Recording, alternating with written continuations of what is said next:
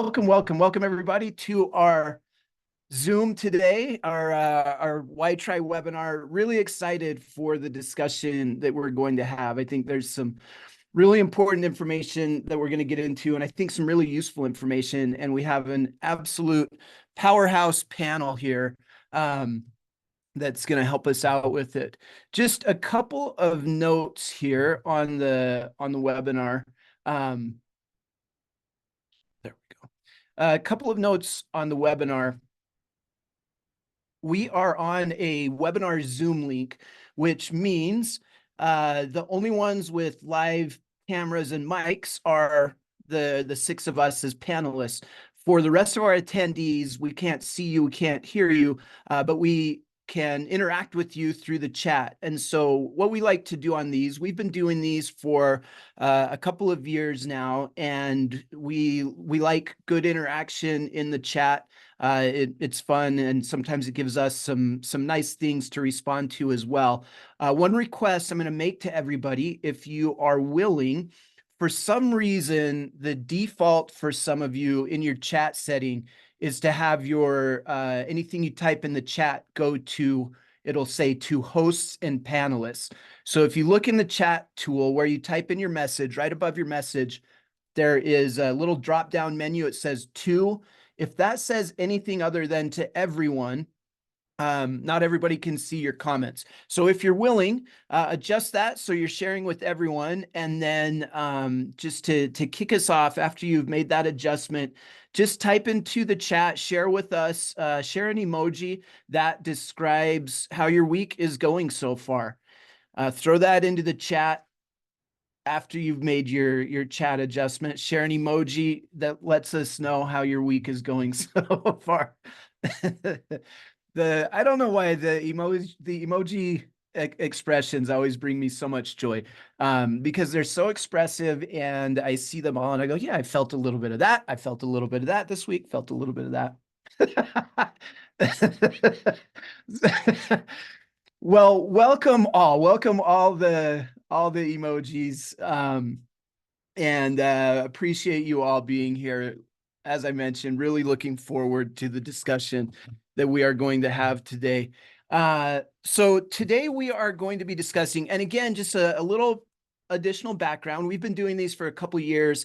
These YTRI webinars have become a really fun online community to get together and discuss topics that are really pertinent to educators, mental health professionals, and really anybody that is interested in the topic of, probably most broadly speaking, resilience.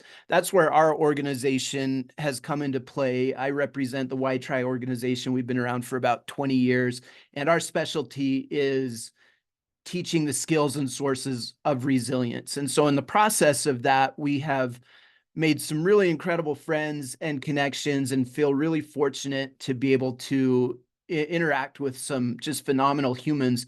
And so this has just been an awesome opportunity to continue to bring great people together and have discussions that have been really great for me, and I hope the attendees love them as well. So let me introduce the topic, and then I will introduce our panelists, and then we'll get into it.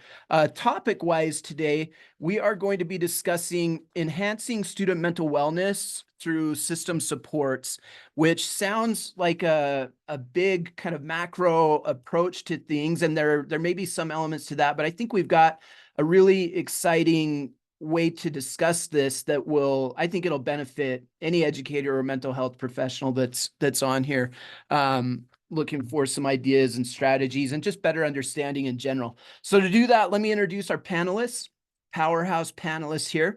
We're going to start off with, we have Dr. Gina Surgener, combines over 25 years of experience as a school counselor, special education teacher. With her current roles at the University of Tennessee, Knoxville, and Lipscomb University, her work focuses on integrating educational practices with behavioral health supports in Tennessee's public schools. Welcome, Gina. Thank you. Happy to be here. Next, we have Jordan Shields, leveraging her background in macro social work, focusing on community development, stakeholder engagement, and program evaluation. Her work in implementing whole student supports within communities, school strategies has extended to assisting education-related nonprofits in the development and assessment of student support initiatives, including mental health and after-school programs. Welcome, Jordan. Happy to have you. Thanks, Jason. Next, we've got Dr. Lee Bagwell, key member of the school counseling core faculty at Capella University, having transitioned to academia after a dynamic career as a school counselor and leadership roles in school counseling. Her educational journey includes earning a doctorate in counselor education and supervision from the University of Tennessee, and aiming to prepare future counselors for providing effective, ethical, and culturally aware counseling services. Welcome, Lee. Welcome. Thank you for having me. Excited to be here. Next, we have Anna Odell. Anna is actively pursuing her PhD in social work at the University of Tennessee, Knoxville. Her dissertation examines the nexus between teacher well-being and retention, informed by her hands-on experience as a school-based therapist. Odell's research emphasizes on asset-based approach to supporting teachers' well-being, and with a particular focus on the implications of economic factors for teacher satisfaction and retention. Welcome, Anna, and thank you for making time at a very busy time in your life. Thanks, I'm excited. And then last but not least, we have Amy Baltimore, key member of the school counseling core faculty at Capella University. Oh my goodness, Amy, I've got the wrong. Amy, I am without notes. Amy, I'm going to ask you to give us your introduction. I feel so bad. I've got the wrong notes in front of me. I almost introduced you as Dr. Lee Bagwell. Okay, well, all right, on the fly. So I'm Amy Baltimore. I am currently serving as a school counseling supervisor for Rutherford County Schools in Murfreesboro, Tennessee, right smack in the middle of the state. I'm also serving as the board chair for the Tennessee School Counseling Association. And I am also working on my doctorate at Lipscomb University. Be finished with that next August, and very excited to support school counselors in their professional growth and development. Thank you. Amy's the real deal. Thank you for doing that on the spot. And I feel like maybe the fair thing would be to let one of you just introduce me, and you can make up whatever facts you would like. No, I'm Jason Johnson. My background came from the world of public education, where I worked as a school psychologist, came over to and joined the YTRI organization about 8 years ago. I'm the director of training and research here. My background is on the topic of resilience, which is where I've had research published and has really been the center focus of my professional and personal life for close to 2 decades now. It's a topic I'm really passionate about. And I love this opportunity that I have to be able to hop online and talk with friends and colleagues about some things and topics that really have a big impact on helping our kiddos. So with that, let's just jump right into it. We're going to target going about an hour today, and I'll do my best to keep us on time. Let's start by just having you all maybe share a little bit more than what I shared in the intro. Just tell us about your current role and organization and what your most recent area of focus has been on there. And let's go, I'll set up the order for this. Let's go with, let's go Gina, Lee, Jordan, Anna, and then Amy, and I will help remind the order if we forget it. All right, great. I'll go first. So I, again, come from the field of education. I have been working in public ed, K to 12 in all different grades and different areas for, like Jason said, up to almost 27 years within public ed. Received my doctorate at TSU in curriculum and instruction, and have kind of used that to bounce off some of the information that we've gained from all those years of experience and living it, being in the school setting, dealing with some of the situations that we meet day to day, and kind of balancing that with some of the most best practices, the evidence based approaches that we try to use in the school system. So now working with the Center for Behavioral Health Research at UT, being able to take that information and combine that with what we have found in some of our research projects as to what types of supports are already available and what could be bolstered with just a little bit more maybe information, looking back at research and trying to help fill those gaps and obstacles that so many of our kids are up against and families are dealing with throughout the state of Tennessee. But in doing so, finding some really awesome things that are going on out there and some ways that we can leverage what is already working with maybe some places that are struggling in those areas, while also understanding that every area is unique in its needs and what needs to happen within their particular setting. We can change from area to area in the state, from district to district, from school to school.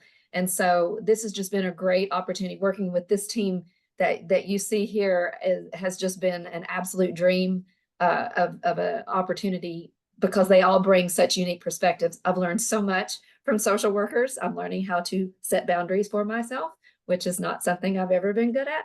So I have lots to thank them for in this ride, but we've had a lot of fun too. So can't beat Awesome. that. Thank you. Lee.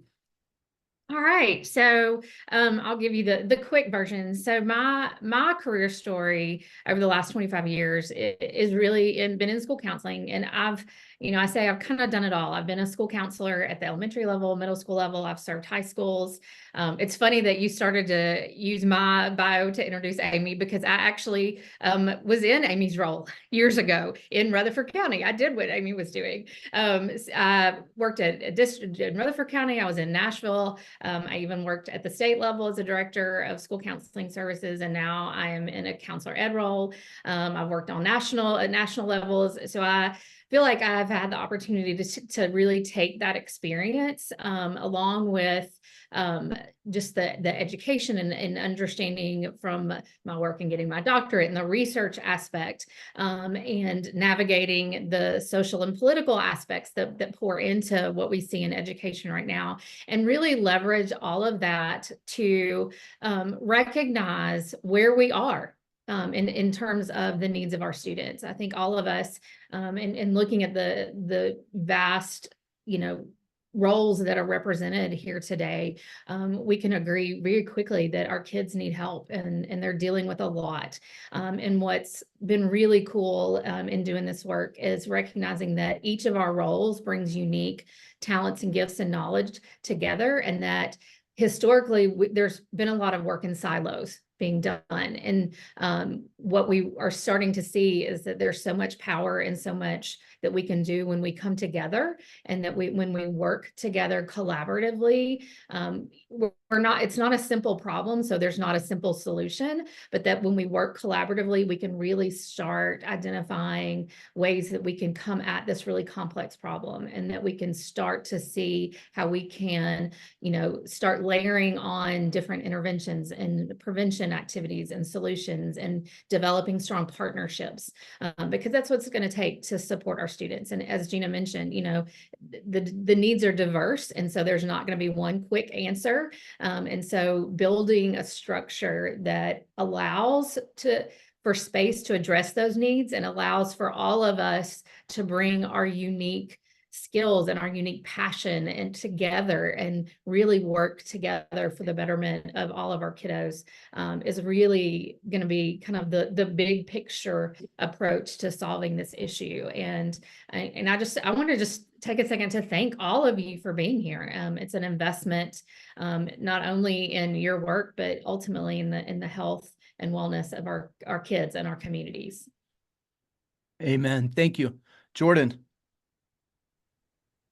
So I came to working in education a little bit differently than probably everyone else. I had worked with doing alternate sentencing planning for folks who were incarcerated, and then decided that clinical type work wasn't for me, and I wanted to do community organizing work, and I didn't know you could get paid for it until the local community school initiative was hiring for community school coordinators, and I started as a community school coordinator in a school, and that blended my interest of whole community supports, whole child supports, in that school setting. So I had an office in a school and was able to work in the community, but also provide interventions and systems of supports for students and their families. And so that was really rewarding work. And I got to work with Gina, Lee, and Anna doing our mental health landscape project in Tennessee over the last couple of years. And then most recently, I have been back in community schools working with UTK's University Assisted Community School Strategy as an evaluation consultant and helping with the transition of the community school model here in Knox County, Tennessee. So I'm really excited to be here and talk about system level approach to mental health and whole student supports. Awesome. Thank you. Anna. Hey, so I don't have a ton going on with just dissertating mostly, but I just really love learning and education. And so I found school social work during my MSW program, and then worked a couple of years as a school-based therapist, but just continuing to see the needs of teachers in schools. And so just really passionate about supporting teacher well-being because of their huge impact on students, and taking care of student well-being is also, in my mind, taking care of educator well-being as well. And so came back to get my PhD, and my research is focused on teacher well-being and retention, to help gain insight into educators' experiences, and then trying to use an asset-based approach to those practical supports in the moment as we're still fighting for policies to help support teachers.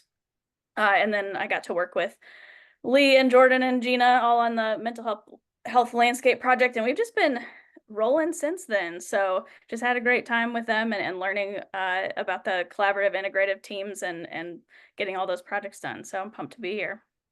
Thank you. Anna, you're doing a ton. Dissertating is a big deal. That's the heavy lifting that's going to allow you to go out and change the world, which I have it on good authority. You will be doing. So thank you for being here. Did Gina Amy. spill the beans? Maybe. Amy, give us a little bit more of an update, and then I'm going to come back around to you, Amy, to kind of set us up for the next part.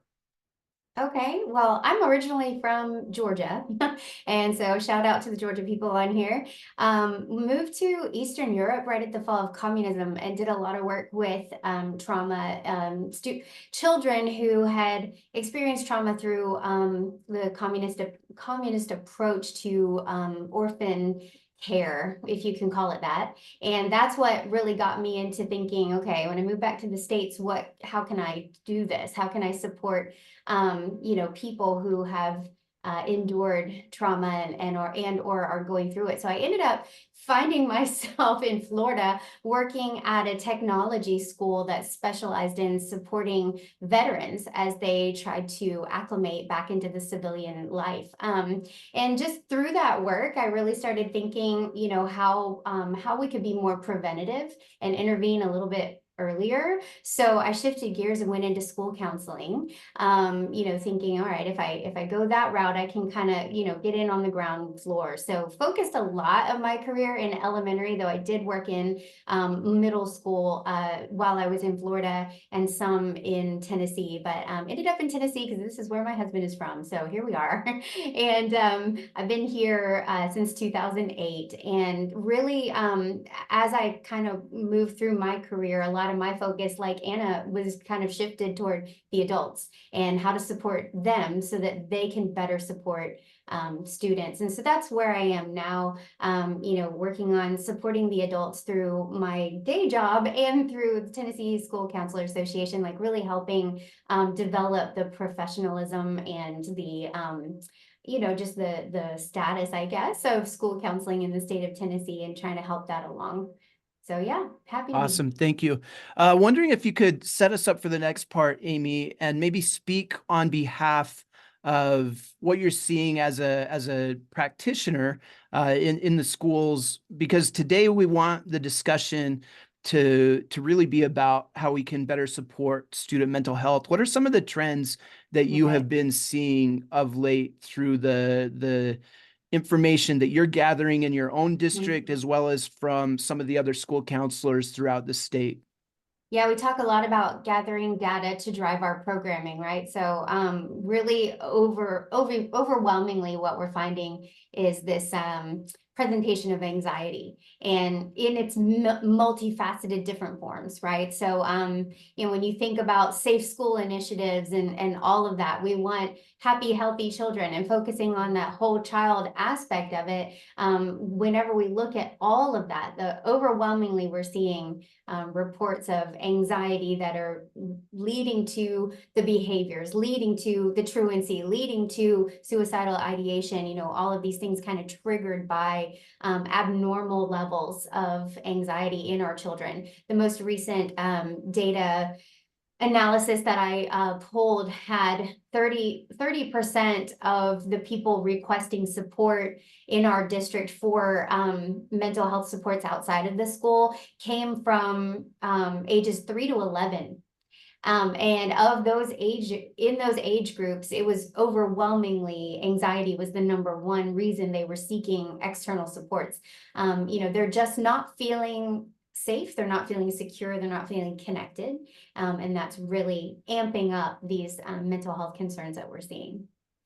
Thank you. It's interesting. I get with my current role, I feel really fortunate. So I go throughout the country and I train groups on our resilience program. And I have we train all types of educators, mental health professionals. So in a typical training, I may have classroom teachers, school counselors, social workers, and everything in between. And I'm getting the same type of feedback anecdotally that supports what you pulled, as far as people are sharing that they're seeing such an increase in mental health challenges and anxiety specifically. And the hard part for a lot of educators, especially like classroom educators that weren't necessarily formally trained in this, they express this frustration and this challenge to me of, I don't know what to do, because this is in my classroom and it's impacting behavior, it's impacting academics, and they don't really know quite what to do. And so I think, and then social workers and specialists are feeling really overwhelmed right now, obviously, as well.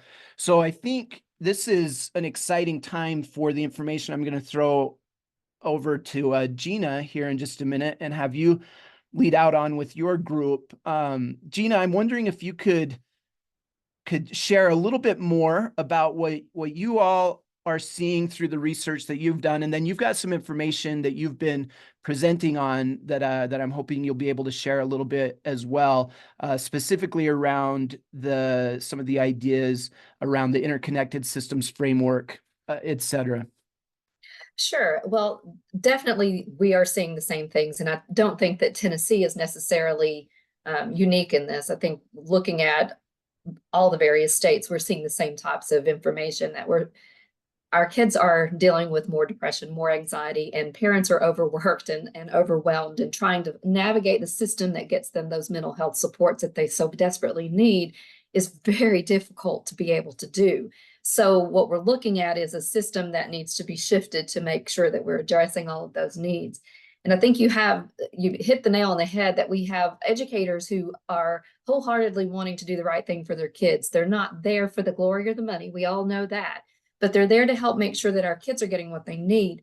But in their educator prep programming, there isn't that opportunity to learn about these types of techniques, these issues, these strategies that they can use. And so while we might get a little frustrated that, we're not, we wish this teacher or that teacher would be a little more considerate to the mental health concerns of this group of students or this particular student, it typically comes from just not understanding or not knowing what to do. And that can, as we all know, cause us to become paralyzed, basically, for what do we do? So I think that's something that we need to look at as well. But in our research, again, this is specific to the state of Tennessee, overwhelmingly we saw the very same issues, regardless of the area, whether it was rural, suburban, urban. They were all looking at the need to support students with anxiety and depression and all of these types of increases in those mental health concerns. So in looking at the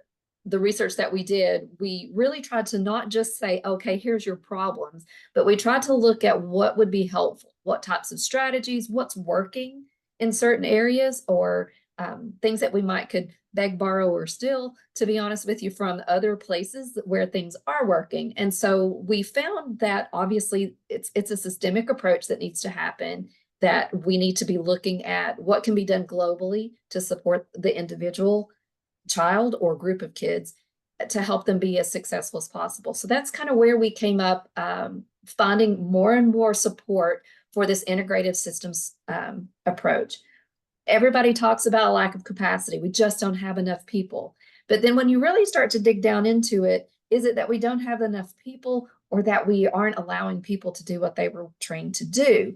And could we better meet that capacity issue by making sure that everyone that is involved is participating in a way that they've been trained and feel comfortable doing? So that's kind of where we came to be with this integrated systems framework that has been well documented. It's already been implemented in other states. And so just something that we wanted to highlight, that other districts, other states might want to take a look at some of these tenets.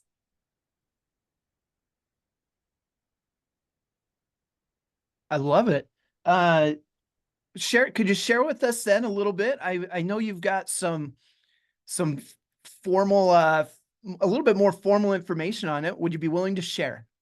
We can definitely do the choreography at this time. So we're going to start out with allowing, we're all going to have a little part in this.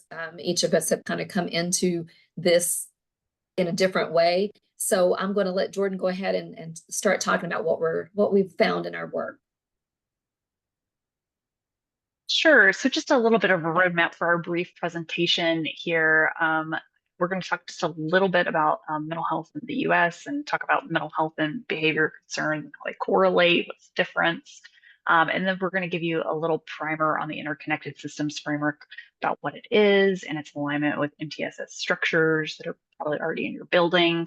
And then we'll take a little bit pause, and I think we'll have some more questions from Jason, and then we'll talk about some practical steps for implementing ISF, and then hopefully share some resources with you.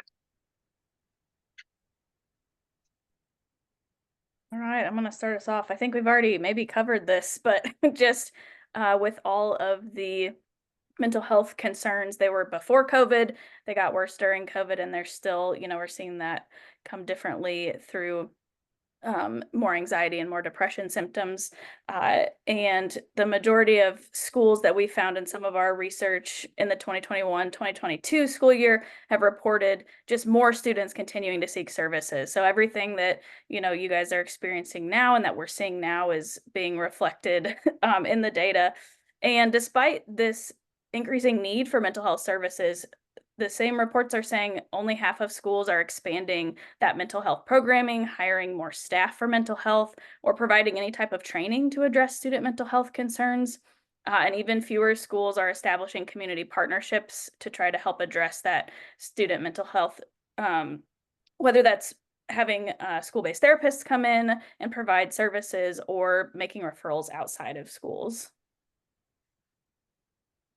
So schools reported that two of the top barriers, kind of like we already talked about, just not enough mental health professionals available for the high need for student mental health, and then the lack of access to licensed mental health service providers, in the community.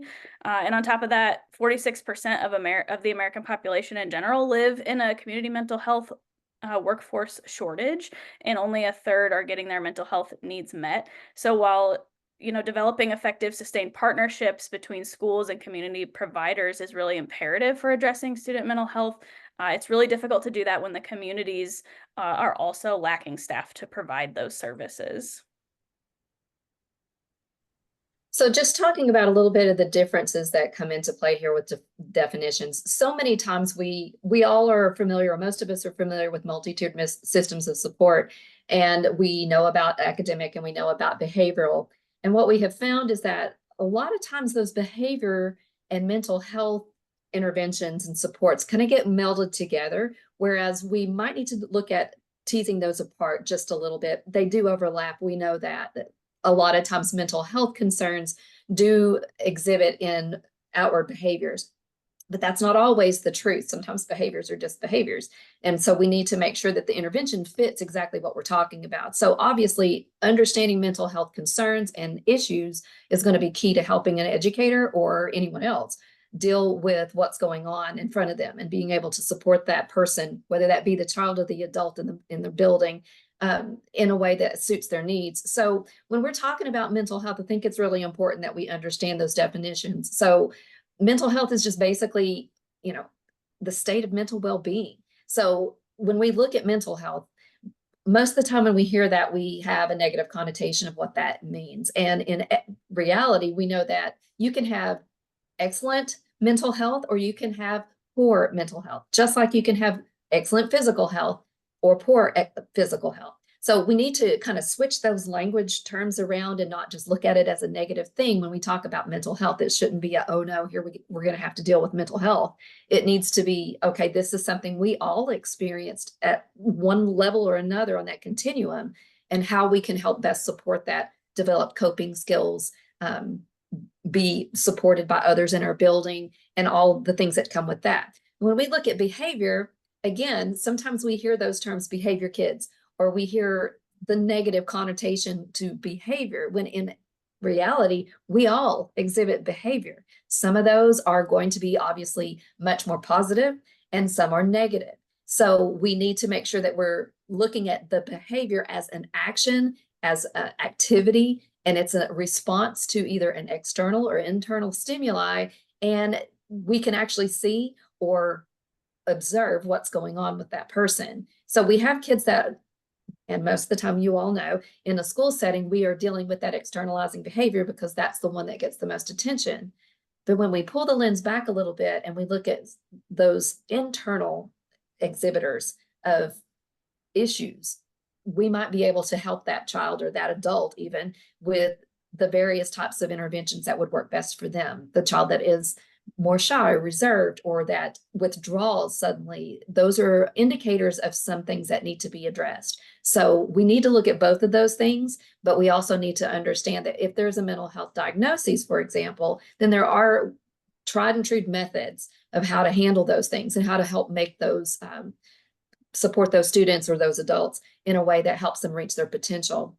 So some of the precepts that we want to make sure that we get out there, and some of the things that needs to be understood by the adults in the building, if we're talking about a school or parents or guardians in a family, is that everybody has mental health and we all have behaviors.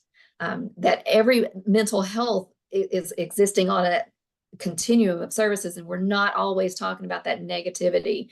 Not all behavior is going to be a result of a mental illness either.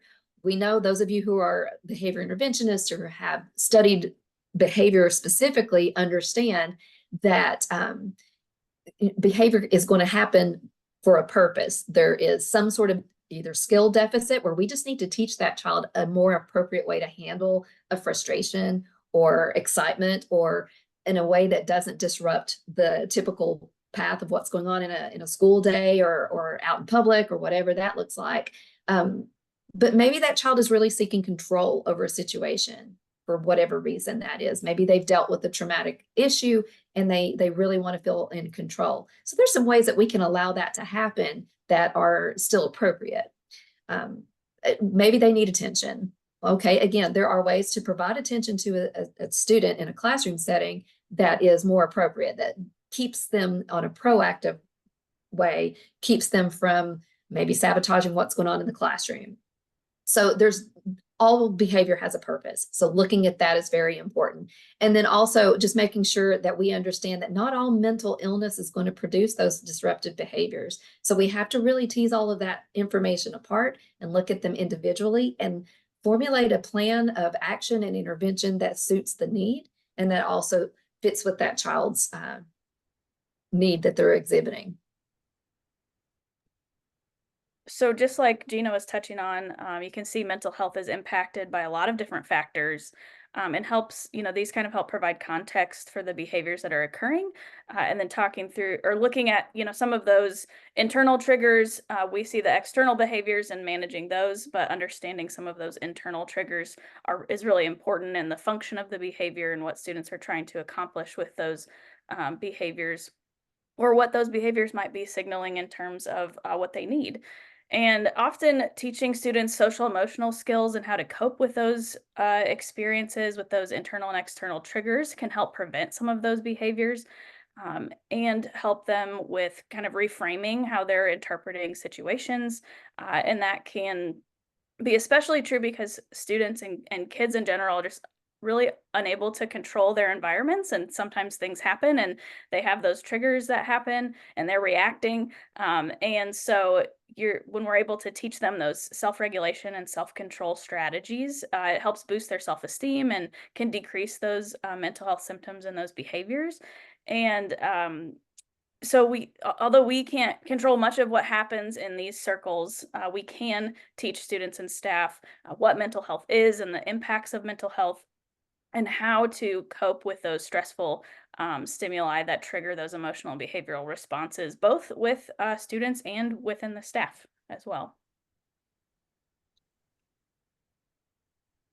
So with all of that in mind, thinking about behavior and thinking about mental health, that's where the interconnected systems framework came in. And it uses an MTSS tiered intervention structure like PBIS, like response to intervention, but it combines behavioral and mental health supports under one integrated system. So your PBIS and your school mental health supports all come under the same umbrella. And it allows school and community partners to implement a coordinated and streamlined approach for delivering mental health services and behavioral supports, instead of maybe a school that has PBIS and maybe they contract with a mental health, community mental health agency to have a therapist in their building, but they're really not interacting, or that community mental health therapist is not interacting with the school counselor or the school social worker. So under this system, there's a real emphasis on streamlining all those community supports and school-based supports under one umbrella so that we can meet students' needs and also use the roles, those mental health professional roles that are in the school building most efficiently. So some of the key features of the interconnected system framework include mental health for all. So mental health is a universal intervention in the school, and everyone has mental health, like Gina was talking about. It's a single service delivery system, as I mentioned, and uses the MTSS structure. And then their success is defined by student impact, which is very similar to your response to intervention and PBIS models.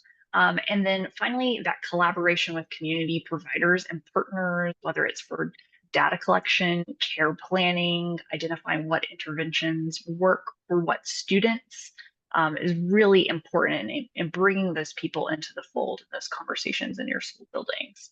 And just to share resources with you all, one of the best documents that outlines the interconnected systems framework is this Advancing Education Effectiveness, Interconnecting School Mental Health and School-Wide PBIS. It's the implementation guide, the most recent one, and has a lot of fantastic information about implementing ISF from the creators of ISF. And so we have this great graphic that really visualizes that connection between the interventions that are happening in the school and the interventions that are happening in the community, and how everyone's going to work together to provide the interventions needed for students at the time that those students need those interventions. So one of the interesting things that we found in our research was that, and I mentioned this earlier, is that, historically we have all of these different disciplines that are really interested in doing this work, but we've been doing it kind of on our own. And that the hallmark of the interconnected systems framework is that we are connecting systems. And one of the things that we really liked about this approach is that it is really intentional about coming together and using a shared language, shared data set, a shared approach. And while that may seem a little bit like, oh, that's not rocket science, to all be on the same page, and it's not, the process of doing that can be a little bit daunting. And so that's why we really appreciate this model. And so we wanted just to take a second to talk about kind of our alphabet letters. I think all of our disciplines are really good at coming up with acronyms and our letters of things. And so we want to be intentional about some important pieces of the ISF. And so both Gina and Jordan mentioned the multi-tiered systems of support, MTSS. And so if you're not familiar with this model, we wanted to parse it out just a little bit because it is so foundational to ISF. Multi-tiered systems of support is really based on a team-based decision-making model. So the decisions are not left on one person to make. It really is a shared effort, which really is a great approach. So the decision, the burden, the weight of those decisions is really shared. It allows all of us to come together and use our unique talents and gifts and knowledge and expertise, and really leveraging all of that together to determine what is going to be the best for our students, and bringing in, of course, the parents and the students. We don't leave them out of that process. We get to utilize both school data, student data, community data. So we get all of this great information so that we can make a better informed decision for our students. It formalizes the process to make sure that we're utilizing evidence-based practices. So we're not just dreaming up ideas, but we're seeing what has worked given the specific needs of our students. And so we're able to identify strategies and access those services, hopefully earlier on in the process, but we have a better opportunity to implement strategies and interventions that will hopefully help support our students at an earlier spot in the process for them. It also, with MTSS, it includes progress monitoring to ensure that we're implementing those interventions and services with fidelity, because that's part of that evidence-based practicing. So we don't just, we're going to make a plan and throw it out, but that we monitor it, we adjust if necessary, we get to see the impact of that. So we really are helping support our students from start through completion, just to make sure that they're getting what they need. And it also includes ongoing coaching and professional development for the adults. So it doesn't just focus on the students, but as we think about the adults that are going to be interacting with our students, that are providing those supports, we're equipping them as well. We know that there are a lot of adults that may be helping to support students. And so we want to make sure that they have the skills and the resources to provide what they need to the students. And so when we think about the MTSS model, and some of you may be very familiar with this, and for some of you, you may be brand new.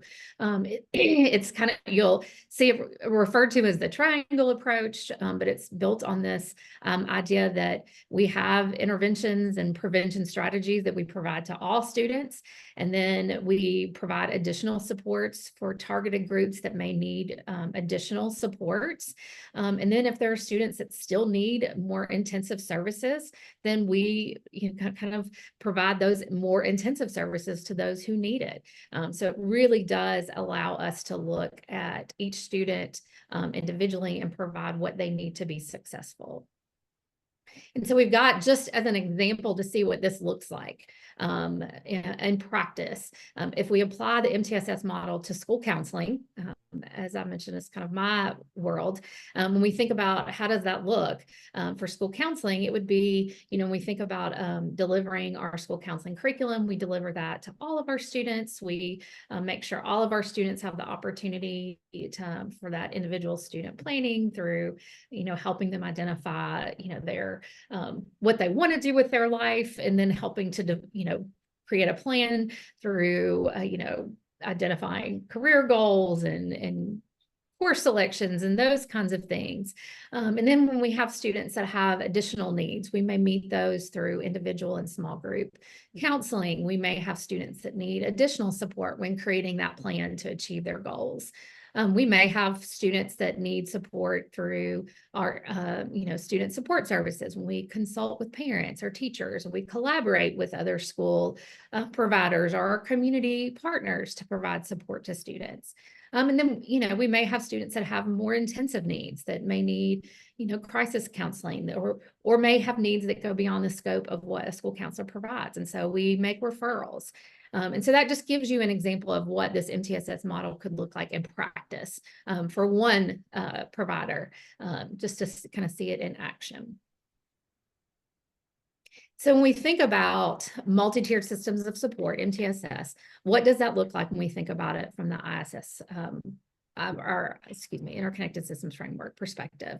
And so when we think about those tier 1 services, these things that are provided to all students as kind of that universal prevention level, we see a lot of those we have school folks that are equipped to provide those. That's part of our training. It's part of what we normally would be able to provide. And so we see the bulk of that in our figure that we're able to provide a lot of those services.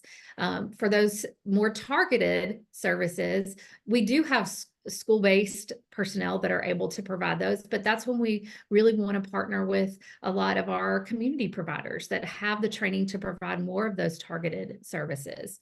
And then when we have our students that have more of those intensive, greater needs, that they need more individual support, they may need more family support that goes beyond the scope of our school-based providers. That's where the community partners really come alongside our students and our families. So you see that inverted triangle, and with the integrated or interconnected systems framework, it really does help us to clarify the roles and responsibilities that align well to our trainings and the scope of our work, so that we can ensure that we all are able to use our knowledge and our skills in a coordinated and connected way that provides the most efficient and effective supports to our students, that leads to better outcomes for our students. So I want to share with you just real quickly that the Interconnected Systems Framework is an evidence-based approach. It is a newer model for integrating student mental health supports with the other supports that are happening in the school building. But there was a randomized control trial that was completed in during the pandemic era of schools who were implementing ISF and had really positive outcomes compared to schools who were just implementing PBAS with or without on-site mental health clinician. And the really key thing here was that integration piece, because they saw a greater impact with the schools who were implementing PBIS with that integrated on-site mental health clinician under the ISF framework versus without. And so they had more students who were receiving tier 2 and tier 3 interventions, an increase in interventions overall provided by community mental health providers, and then a reduction in office discipline referrals and in-school suspension. So these are some examples of a few states that have implemented ISF. These efforts are mainly a statewide kind of top-down approach. So Vermont and Kentucky are using ISF to streamline their service delivery and engage that community engagement and stakeholder engagement, super important with ISF and really critical. And then support it just to support the social emotional learning for students, and that will ultimately benefit them academically and then their overall well-being. And then on a larger scale, the Pacific Northwest has a collaborative project that provides a lot of regional training and technical support to several Northwestern states and districts that are implementing ISF into their schools. So we can see ISF's already really a great systems level framework that's integrating effectively into existing school structures, just like Lee had mentioned with MTSS, and then pulling PBIS into there as well, like Jordan mentioned. I think we're going to pause here because I think Jason has some more questions for our group. Yeah, thank you. Great job. You are definitely, I think, sharing some very important content. We've had a lot of people in the chat ask about the images and the graphs. We're going to put up contact information for our panelists at the end, and we are recording this. I know several people have mentioned they would like to share this with some of their team or admin as well. So this will be recorded, and we'll do our best to try to be able to support you in helping get this message out. So as a follow-up, let's start first of all, and by the way, I'm going to give you a heads up. I think it'll be okay with everybody. We're probably going to go a couple minutes over. We'll probably go a little bit over the hour if that's all right with everybody. But this is too good, and I want to make sure that we do the subject right, and that we kind of complete today's conversation. And if we need to have a part 2 follow-up, we'll do it. I'm ready to do it. So for follow-up, Amy, I was wondering if you could just speak a little bit from the practitioner standpoint on some of the benefits that you have seen or that you are aware of in regards to the implementation of ISF. And then after that, I want to jump over to a more practical discussion as far as ideas for many of you about starting points, because sometimes these ideas, I felt the same way about MTSS, about PBIS, and also this, where we hear these ideas and it's like, awesome, I love it. I don't know where to start. And so I want to get to that as well. But Amy, maybe speak a little bit on your perspective from the district practitioner side, how you feel about this. So I think it was mentioned before about silos, right? And all these different support service providers trying to do all these wonderful things and doing them in silos, off on their own, everyone kind of looking up to them for the answers, but really not connecting with all the other silos around them to be able to say, wait a minute, if we share the wealth, now we have this abundance. And I think that's kind of what this model does, is it helps us kind of bring to light the abundance of the resources and or increase the capacity of the practitioners as they collaborate together to problem solve. It really helps to bring more of a timely communication and intervention so that we can be more preventative and more timely with our early interventions. So you said you were going to talk about how to get it started, but I just want to say really quick, one of the things that we've done in the last couple of years is bring all of those people from those silos together once a month, and we do an assessment of where we are with the different things that we're doing. And that allows us to kind of rate each other. Like as a group, we are rating ourselves on how well we're implementing all of these different things. And when I say all these people, I mean like social work, psychology, our homeless McKinney-Vento population supporters, school safety, and all of these people, we come together once a month, and at the beginning of the year we say, all right, here's a rating of our services, we're rating each other, now let's assess priorities based on these ratings. And so as a district, we're looking at what are the priorities then? Like this team has priorities now for meeting the mental, behavioral, and social health of our students. So yeah, that's a way for us to kind of not necessarily stay away from overlapping, because it's okay if we overlap our services, but at least we kind of know, we have a better idea now of who's doing what and when and how, so that we're not having to reinvent the wheel, and we can work together and smarter, not harder kind of thing. And it's really helped a lot in the growth of our ability to support our students and families. So the whole community awareness piece has become a really big part of that. I love that, Amy. It's and it tells me that you've created a good sense of safety amongst the adult faculty as well, because it's always been one of the interesting things to me, and I think it just kind of digs at my school psychologist brain sometimes. But as adult educators, we are really good at supporting and believing in assessment for the kiddos, because we know the value. We need to know where they're at and what the deficiencies are to be able to improve and make a real strategic game plan. But self-assessment for us sometimes, especially within a group setting, can feel really scary, really overwhelming. And so to be able to do that, I think speaks a lot to the setup there. But there's so much value in that, to be able to then strategically approach how we're doing things as the adult staff. Well, it's not a perfect science. It's a work in progress, but it's definitely a step in the right direction. Awesome. Thank you. My next question, I want to have you share some practical ideas for a starting point. Jordan, does that align with how you had your, I know you have a little bit more information to share. Does that work well Yeah. with that? Yeah, that's perfect.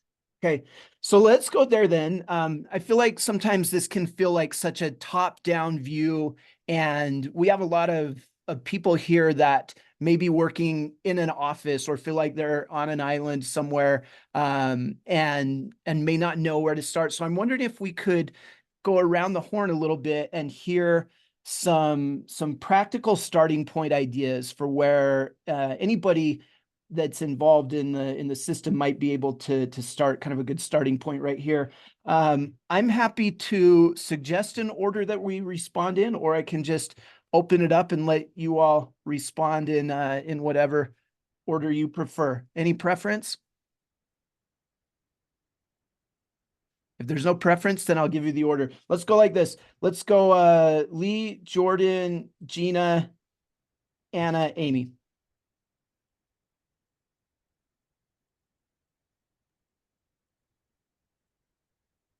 So I think we actually have some slides that walk you through some of the things that we can do. Do we want to go through those and kind of let that be our order, Jordan? Yeah, I think that would work. Jason, we have kind of 4 practical things that we were going to share that folks could take away today. Does that work? And then maybe Let's do it. Amy, if you want- That's perfect. And then Okay. I am going to circle around. I think if you take a look at the chat while you're presenting, Jocelyn asked I think a really important and a pertinent question, and I'm guessing what you present may even lead to being able to address that question. So yeah, Yeah, I Jordan, think so. let's do that. Okay, awesome. So one of the things we just want to remind you all of is that the interconnected systems framework is a systems level approach that needs organizational buy-in and adequate organizational structures to fully implement. But again, we want to give you some practical skills and tools to take away today to maybe answer some of your questions and to think about how you could do some things differently in your school buildings.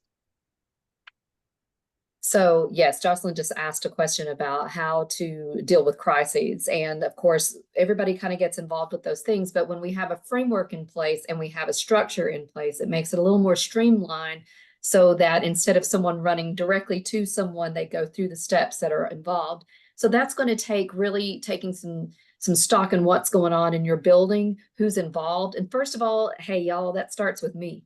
I have to start with who am I? What is my role in this process? What am I going to do? And to really be cognizant of the fact that you can't do it all. We've talked so many times about school counselors' toxic trait is that they want to do everything, that we think we wear capes and we have to take it all in. And that's not going to be the case in this type of system. And while that can be scary for some, it is much, much more freedom involved in that. You do what you do well, and then the person that does their job well does it. We have used the example before that you go to your general practitioner because you have a sore throat and they treat you the best way that they know. And then they look at other opportunities. So if they can't fix what's wrong or they don't feel confident in helping you, they're going to refer you out to someone who can. And we have to be that way within this system. We have to be a little humble and allow other people to enter the discussion and to enter with what their training says. So we want to talk about what our roles and really reflect on what we have to offer and how our efforts can actually be elevated by doing what we do best, and then looking at what other people do in that role as well. And what do we need to do to be a part of that collaboration? Sometimes that means we need to back away. Sometimes we need to give that up. Sometimes we need to step forward and advocate for what needs to happen. So individual readiness is going to be really important, and understanding your role, clarifying what that looks like, and then looking at the group as a whole. Okay, this committee's been brought together to address a certain task or address a certain situation. So we have to identify the goal. What do we want out of this? What are the structures that help us support this? Do we have administrative support to go forward with what we're doing? And what are our relationships between the folks involved in this group? And then also looking at commitment among the stakeholders that are there. So we have actually added into our slides, and you'll be able to receive these as well, just some samples of some checklists and some check-ins and some things that would be helpful for you to use that you can just grab and go. We didn't create these. We found some resources, although we did modify some things that would make it more in line with what ISF has to offer. But just taking stock of what's going on, asset inventory, what's there, and how do we use those things to the best of our abilities is going to be step one. So another really important component that I think everyone can take away today, and maybe your school is focusing on some of this, is parent engagement, family engagement, and voice. So are you getting feedback from families and students often? And then when you get the feedback, are you using it to inform decisions and program development? So often we see that we gather feedback, or we see our school districts do this, maybe gather feedback and then they do nothing with it. So it's really being intentional about when you ask the question, do you know how you're going to use the results? It's important to make resources available and accessible to families in culturally and linguistically relevant formats. And then create opportunities for leadership for parents and caregivers and students to share in the decision-making process about maybe what these interventions are going to be, what they would like to see around mental health supports and really any supports in the school building. And we have a little tool that we're sharing through the Installing an Interconnected System framework at the school level, documents that are from that PBAS center that has created so many lovely things around interconnected systems framework.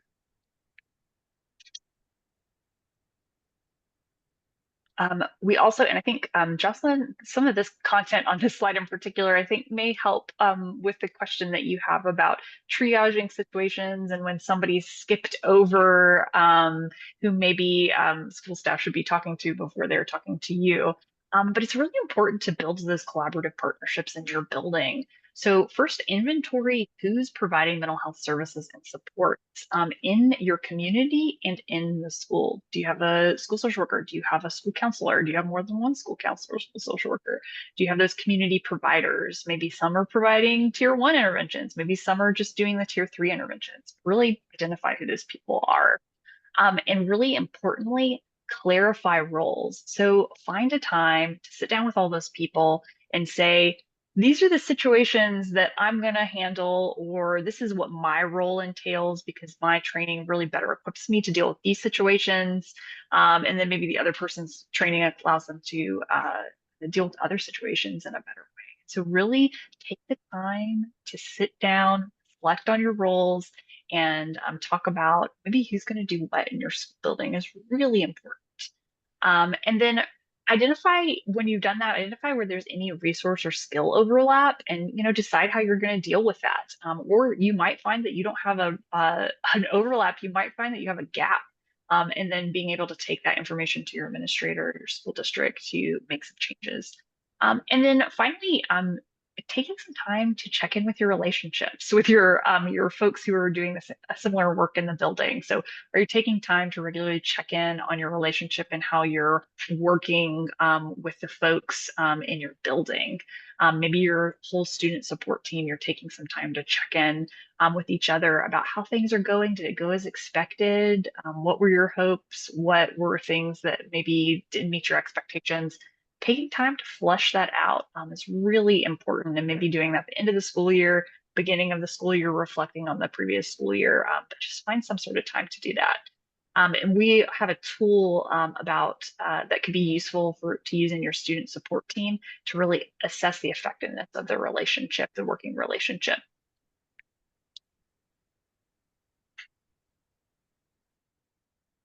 So a couple things I want to share and just kind of frame all this out in that, all of us have spent time in schools. And so we get that there are challenges sometimes, and that sometimes the things don't line up where everybody is ready to start another group project, and that some people don't like group projects. They don't want to work together or whatever the circumstances may be. And so I want to put out there that for some of us, we might need to start small, and maybe it's you find one other provider and you start with the two of you. And you start in small steps. That's a step forward. And so I don't want you to feel like, if things aren't aligning to bring everyone together to do this work, or if, leadership, you feel like it's not ready to support this. This doesn't mean that you still can't move forward with this. I think those of us who do a lot of work on mental wellness and mental health understand the value of relationship building. And so I would say leverage those skills to build relationships. We talk about really nurturing our relationships as part of this process. But if building the relationship is the first step, be intentional about building those relationships so you can get to these points. And that's an important first step. And so while we don't explicitly say that sometimes that is the first step, if that's where you are, that's the first step, and that's okay. So I wanted to say that out loud, because sometimes in schools, that's where we are. And that's important work for your students. So I wanted to put that out there.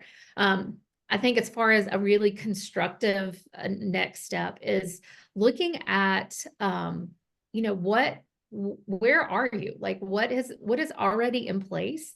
Really looking at how do we build capacity? We started in the beginning and noting that one of the biggest issues is that we don't have enough resources to support our students. So in order to look at how to build capacity, you have to see what's already there, and then sharing that data. So we've got a mapping tool that helps you to start looking at the assets that you already have in place.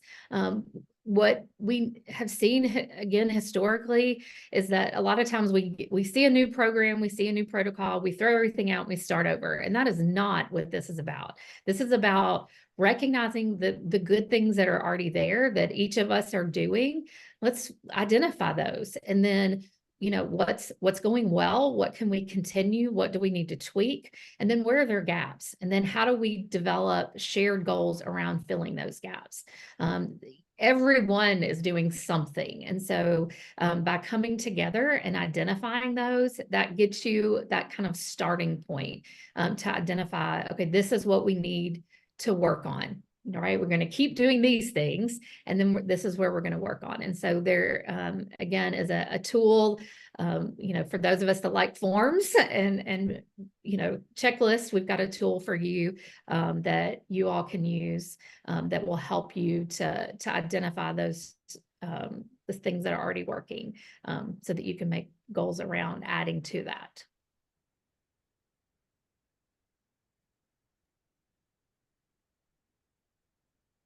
And just wanted to share with you all, at the end of our slides here, we do have a little QR code if you want to get your phone out and scan, which will have some of the tools that we talked about and our PDF of our presentation too.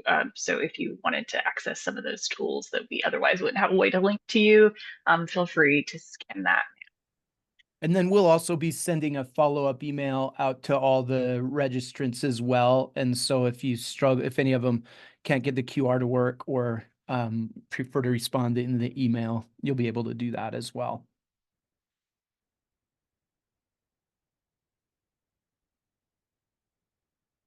Well, this has been fantastic. I think we are basically out of time. What I like to do whenever we wrap up, first of all, do any of you have any final thoughts, anything that you want to include to put a period on the sentence of the end of this great presentation before I give you my final question? If not, I'm going to have you leave that up for just another second longer, Jordan, and then I'm going to switch over.